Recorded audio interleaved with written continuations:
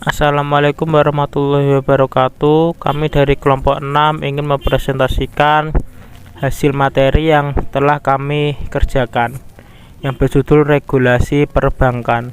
Kami yang beranggotakan 4 orang, yaitu saya Muhammad Faiz Mubarok, Rizna Yuliani, Faisal Mardanu, dan juga Lailatul Saadah. Beberapa sub materi yang ada pada regulasi perbankan antara lain: yang pertama, definisi bank komersial dan sekuritas; yang kedua, tugas dan kegiatan bank komersial; ketiga, kelebihan investasi di bank; kemudian yang keempat, jenis-jenis investasi di bank; dan yang terakhir, jenis-jenis sekuritas. Yang pertama yaitu definisi bank komersial dan sekuritas. Bank komersial adalah lembaga keuangan yang dimiliki swasta, berorientasi mencari laba, melakukan pemindahan dana jika diinstruksikan dengan cek, memberikan pinjaman, dan melakukan investasi lainnya. Jasa yang diberikan oleh bank komersial bersifat umum, artinya dapat memberikan seluruh jasa perbankan yang ada. Sekuritas adalah instrumen finansial yang mewakili posisi kepemilikan saham dalam suatu perusahaan publik. Materi berikutnya akan disampaikan oleh Rizna. Selanjutnya, tugas dan kegiatan bank komersial. Tugas pokok dan kegiatan bank komersial. Dalam pengoperasiannya, bank komersial memiliki beberapa tugas pokok dan kegiatan bank sebagai berikut. 1. Penciptaan uang girel, alat pembayaran lewat mekanisme pemindah bukuan atau clearing. Kemampuan bank umum menciptakan uang girel menyebabkan posisi dan fungsinya dalam pelaksanaan kebijakan moneter. 2. Mendukung kelancaran mekanisme pembayaran. Hal ini memungkinkan salah satu jasa yang ditawarkan bank umum adalah jasa-jasa yang berkaitan dengan mekanisme pembayaran. 3. Penghimpunan dana simpanan masyarakat. Dana simpanan adalah dana yang paling banyak dihimpun oleh bank komersial, terdiri atas giro, deposito berjangka, sertifikat deposito, tabungan, dan bentuk lainnya yang dapat dipersamakan dengan itu. 4.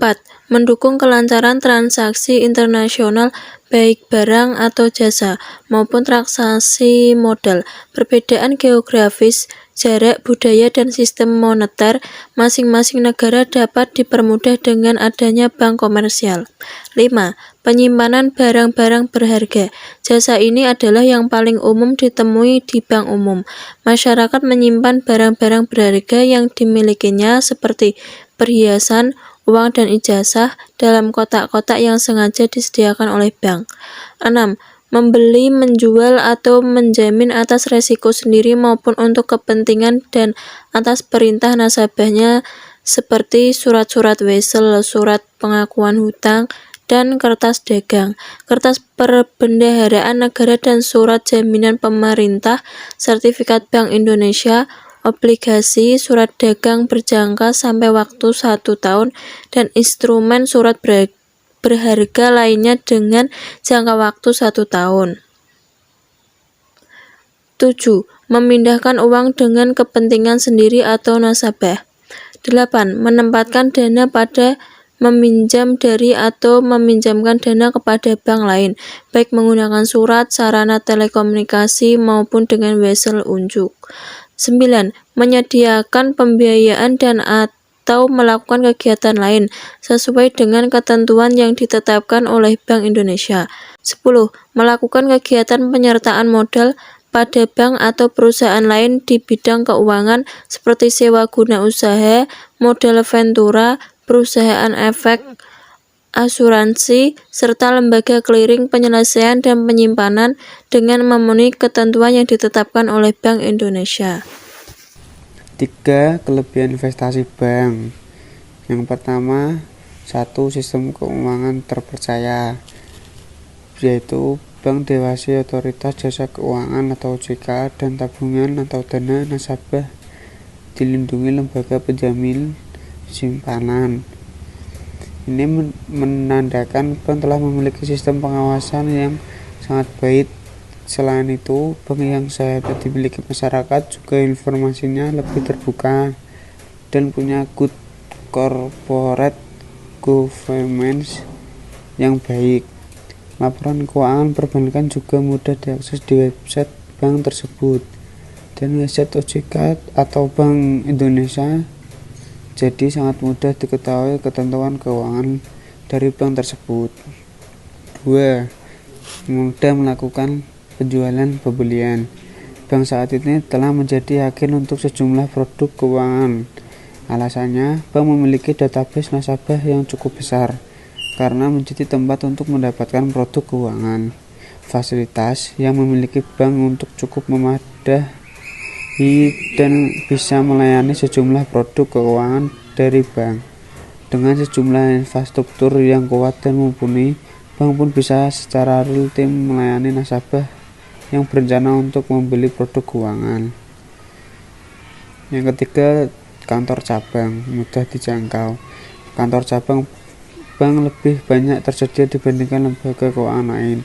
Jika ingin memilih atau membeli produk keuangan, langsung datang ke kantor cabang bank untuk berbicara kepada tenaga ahli pemasaran yang biasanya berada di lokasi. Bisa juga bertemu dengan customer service yang pasti mengenal produk keuangan yang ditawarkan kepada nasabahnya. Pertemuan biasanya juga akan membahas simulasi investasi yang dipilih nasabah. Yang keempat, jenis-jenis investasi di bank.